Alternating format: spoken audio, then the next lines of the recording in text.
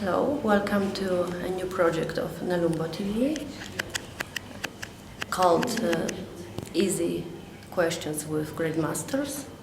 My name is Easy Grace, and our guest today is Professor Ralph Metzner, researcher and author of many books concerning consciousness, and also great transpersonal psychologist.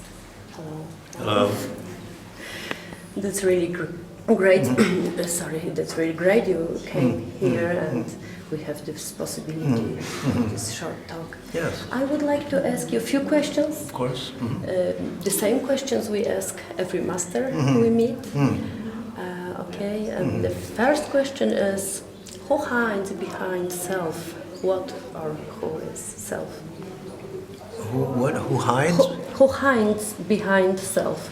Who hides? I don't think anything hides behind self, but the core self is there, is the core self. And there's the soul, spirit, true self, actual self, higher self, and then there's the personality self. Personality comes from the Roman word persona, which means a mask. It's kind of the clothes we wear in everyday life. We each play a role, many roles actually. We have a role as a family, father, mother, child, family member, or professional roles. That's the persona, and has many characteristics. And the soul or spirit or higher self is the core, the transpersonal, different ways of relating it. And so the different spiritual practices exist to strengthen the connection between the two. So in a way it's hiding, but not with the intent to conceal.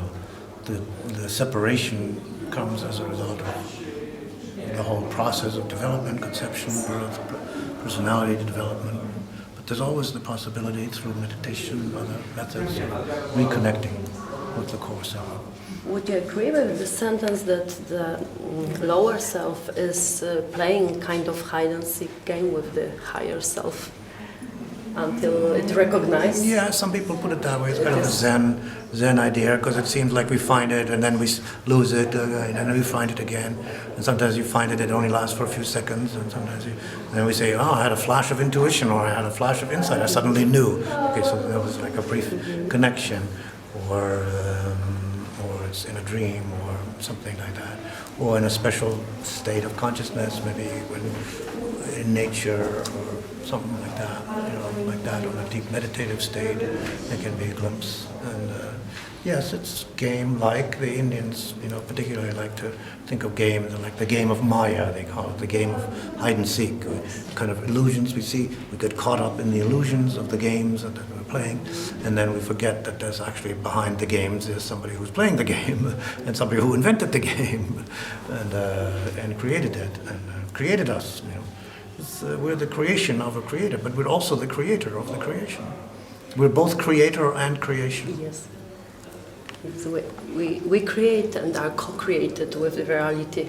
Yes. One may say. Yes, that's right. Yeah. So what is the role or the meaning of being in the heart in this self-recognizing process?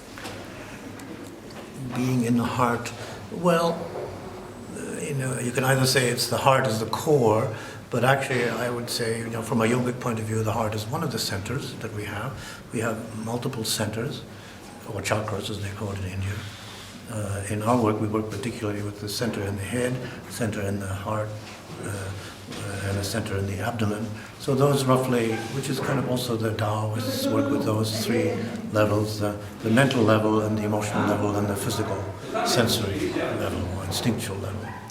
But the Hindu yoga works with 7 chakras, and other systems work with 11 or 12 or 15 or many different chakras. But so the heart can also be seen as the core, and the heart path would be, for many people, the true path, because it's if you have the heart connection, then you have a feeling connection to the truth. But you don't necessarily transmit content that way. You just transmit connection, like that. And that's in the yoga spiritual practice. That would be the path of bhakti, in the devotional path.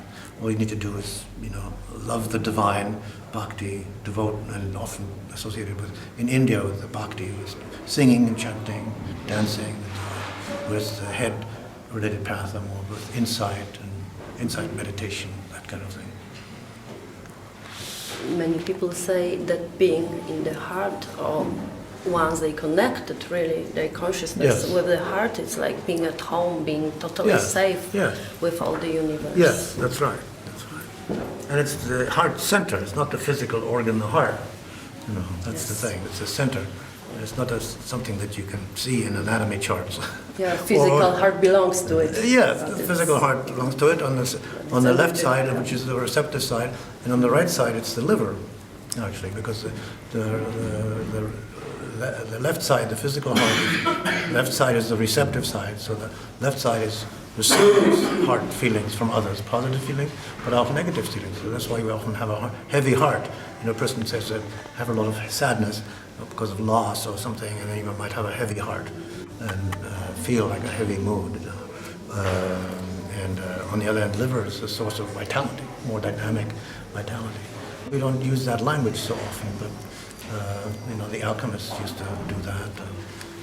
For example, they used to think of the liver is the yellow humor, and if you have yellow humor, you have cowardice. And the Greeks thought of the liver as being related to thumos, the thymus actually. And if you had thumos, you had courage, heart courage, in the sense of being able to, meet your life, like that. So these are kind of different metaphors. Yes. But they're based on energy systems, which are more basic than the metaphors. Yeah. And what would you say about the gratitude? Because for me, it's amazing that this feeling of gratitude may appear only in the heart. You cannot think you are gratitude. You just feel it. Right. Yeah, there's so a feeling. It's also very powerful. Right. It's a feeling in the heart center, and for gratitude for what you have received. So it's interesting for me. When I grew up in Europe, and there's the kind of childish tradition of you pray for something, asking God for a favor. I'll be good if God gives me this.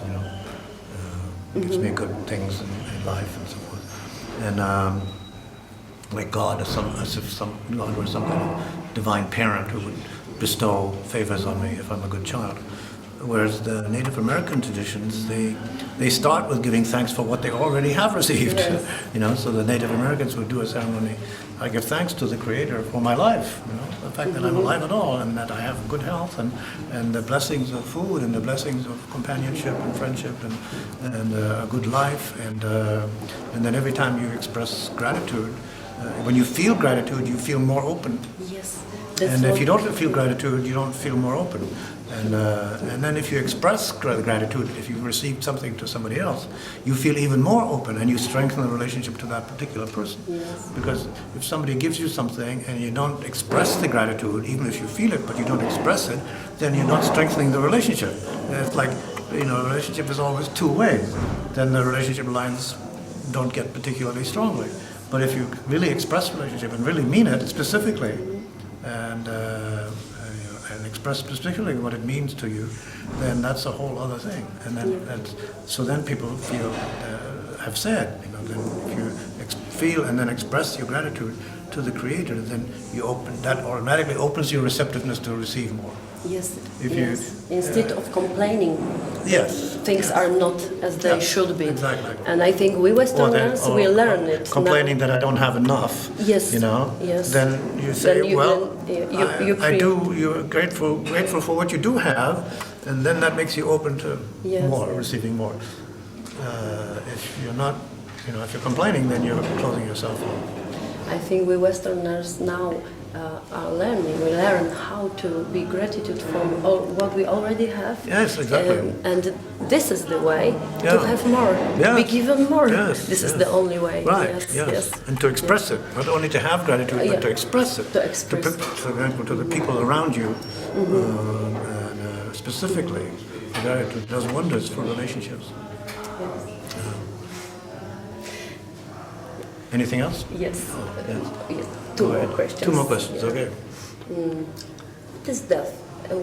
How you define experience? What death is? Who dies? Really? What? Who dies? Who dies? Well, depends. Dying just means the ending of something particular, some particular life form, some aspect, and it can be a practice. Socrates, the Greek philosopher, used to say, I practice dying daily. Every day I practice dying. You let go some idea, some wish, some fantasy, some ideal, something like that. You let it die, and then, wow, maybe that opens you up to something new. You're no longer holding on to something that's gone, and certainly of your own, the physical death of the physical body. The practice is letting it go. Physical body, of course, is our physical vehicle, and we get very attached to it. That's natural. But the ancient mystical practices have always been death and rebirth. Meaning practice dying, and then so you can get reborn. If you don't let go of the stuff that you've already accumulated, then you don't have any room to have anything new. So the mystery religions of ancient times were practices of dying, letting go of your ego and all your attachments, and basically saying goodbye, and then something new gets born. The alchemists talked about the new child, the eternal child, the golden child. And so it's a daily practice in many meditative traditions. And then when the physical vehicle dies, of course, then it's also surrounded by rituals, and, the Tibetan Book of the Dead, and other books of the dead, and the preparation. And now we have much more awareness of the need for preparation. Somebody goes on a long journey to some unknown destination, and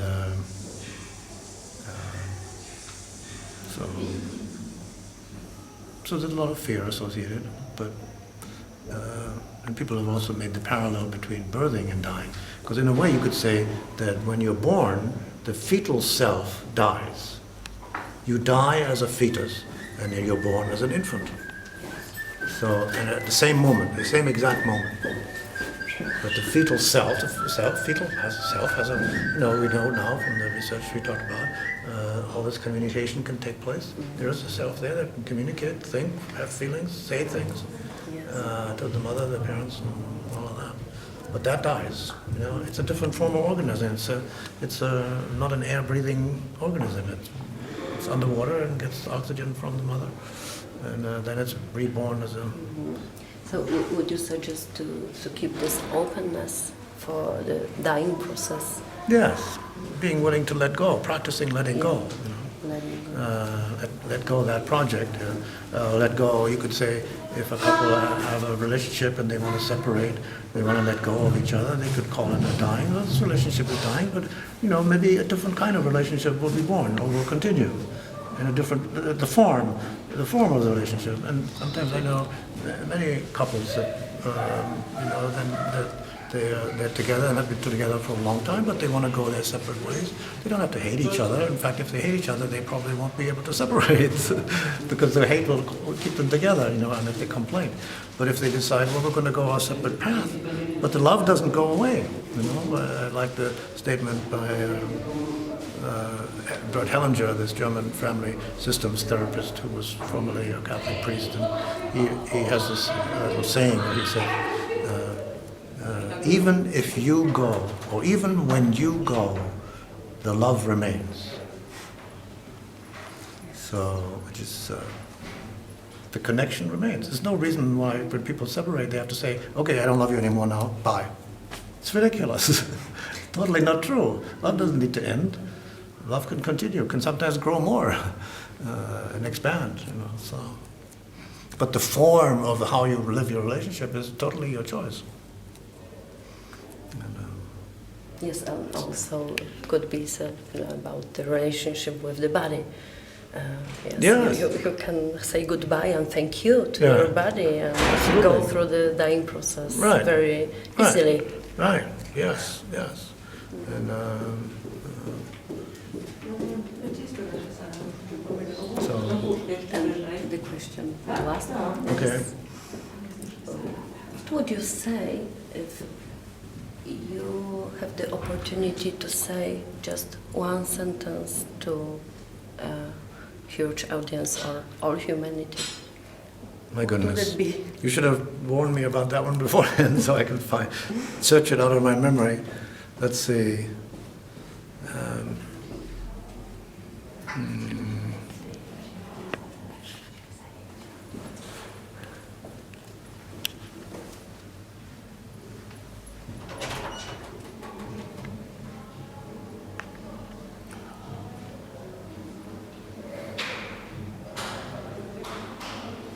Okay, so here's a Zen question, Zen koan. And Zen koans are questions that you're not meant to answer, you're just supposed to ask them. You know, we talked about how asking a question opens you up. Answering them kind of closes you down. It's like you finish the book and you put it back on the shelf. So the Zen koan goes, what was your original face before you were born? What was your original face before you were born? And so the way I interpret that, not that Zen questions need to be interpreted, but it connects you to the soul. Because before you were born, there was the soul. And where were you facing means what direction were you going? Facing, I don't know if it's that way in Polish, but you're facing in a certain direction. What was your original face before you were born? So, Thank you very much. Okay, thank you.